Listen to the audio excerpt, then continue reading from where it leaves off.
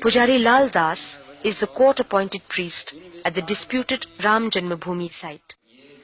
विश्व हिंदू परिषद ने मंदिर बनाने का कार्य शुरू किया है, इसके बारे में क्या सोचते हैं? ये तो एक राजनीतिक मुद्दा है।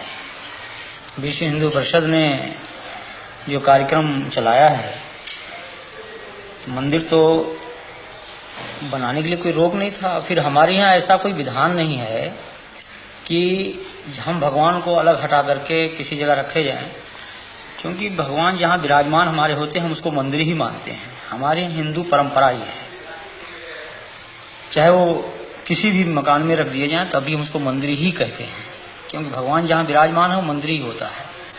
फिर अलग से मंदिर बनाने का कोई औचित्य नहीं है। अगर अलग से भी बनाया जाता तो उस इमारत में जिसमें भगवान विराजमान हैं हम उसको तोड़ना भी नहीं चाहते हैं, और जो लोग तोड़ना चाहते हैं वो इस मुद्दे को लेकर तोड़ना चाहते हैं कि पूरे हिंदुस्तान में एक तनाव की स्थिति पैदा हो और हिंदू मत जो है हमारे पक्ष में हो। उनको ये चिंता नहीं है कि कितना बड़ा जनसंहार होगा, कितने लोग मारे जाएंगे, कितने कटेंगे, कितनी बर्बादियां होंगी, या जो मुस्लिम बाहुल क्षेत्र में हिंदू रहते हैं उनकी क्या परिस्थिति होगी। हमारे देश के सामने तमाम ऐसी समस्याएं हैं कि 1949 से आज तक किसी मुसलमान ने वहां कोई अवरोध नहीं पैदा किया।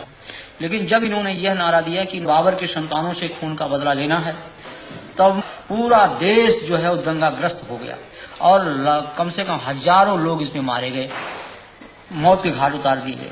लेकिन तब भी इन लोगों ने जरा सा यह महसूस नहीं किया कि यह तनाव जो देश में फैल रहा है, हिंदू मुस्लिम की जो एकता आज हमारे देश में बनी हुई थी, तमाम मुस्लिम शासकों ने मंदिरों को जो जागीरें दी, आज जानकी घाट में माफीनामा मिला, हनुमानगढ़ी के बहुत से भाग मुसलमानों की बनाई हुई हैं, फकीर राम जी का मंदिर मुसलमानों का माफीनामा है।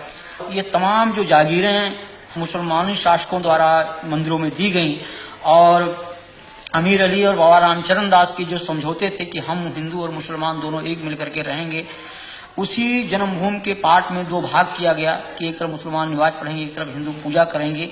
ये सारी बातें जो थी उस पर इन लोगों ने पानी फेर दिया।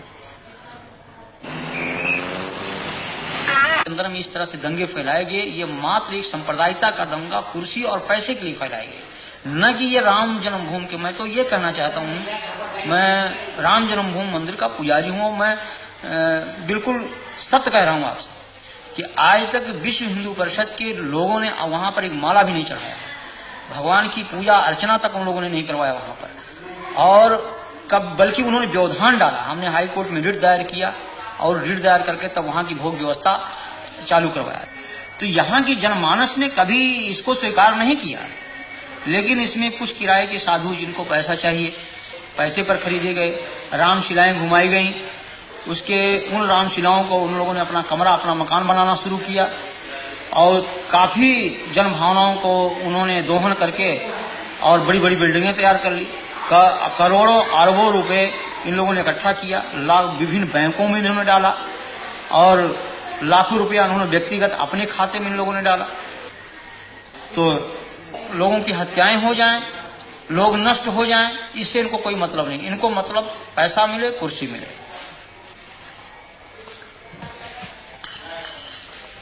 यहाँ जो लोग हिंदू राष्ट्र की बात करते हैं, राम के नाम पर तनाव फैलाते हैं, हिंसा करते हैं, ये सभी उच्च जाति के लोग हैं और ये सबके सब सुविधा भोगी है।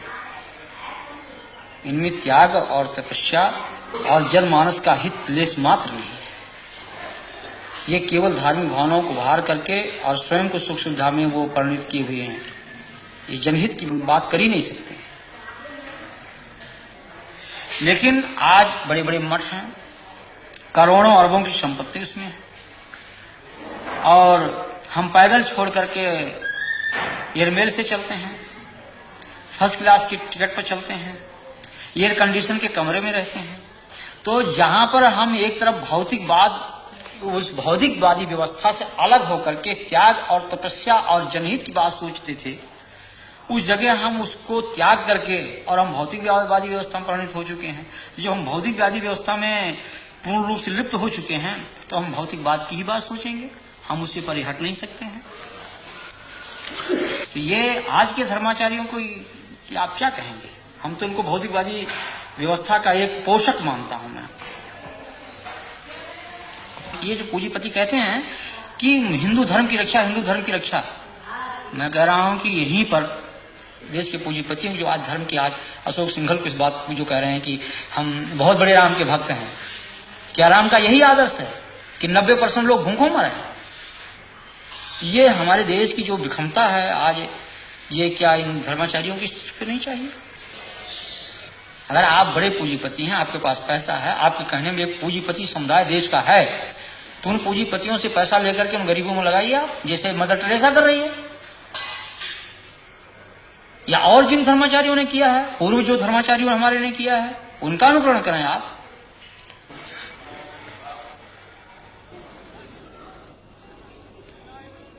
कि जनमानस को इसका विरोध करना चाहिए कि किसी की धार्मिक भावना पर ठेस नहीं पहुंचाना चाहिए।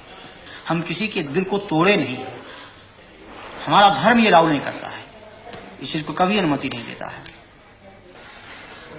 राम का हमारा ये जो आदर्श है राजनीति का, वो यही है कि जनता सुखी रहे, और जिस तरह से मुख में हम भोजन डालते हैं, पेट को मिलता, सभी अंगों को मिलता, उसी तरह से सारी जनता हमारी है, कोई उसमें छोटा बड़ा कोई उसमें ऐसा नहीं है। लेकिन उन आदर्शों की सीधी हत्या की गई। मगर साधु देखो जग बौराना, साच कहो तो मारन धावे, झूठे जगपतियाना। साधु देखो जग बौराना, हिंदू कहत है राम हमारा, मुसलमान रहमाना। आपस में दो लड़े मरत हैं, मर्म कोई नहीं जाना, मर्म कोई नहीं जाना। माला पहिरे टोपी पहिरे, छाप तिलक अनुमाना। बहुतक देखे पीर औलिया, पढ़े किताब कुराना। करे मुरीद कबर बतलावे, उनहु खुदा न जाना, उनहु खुदा न जाना। या विधि हंसत चलत है हमको, आप कहावे जाना। कहे कबीरा सुनो भाई साधो, कहे कबीरा सुनो भाई साधो, इनमें कौन दीवाना, इनमें कौन दीवाना।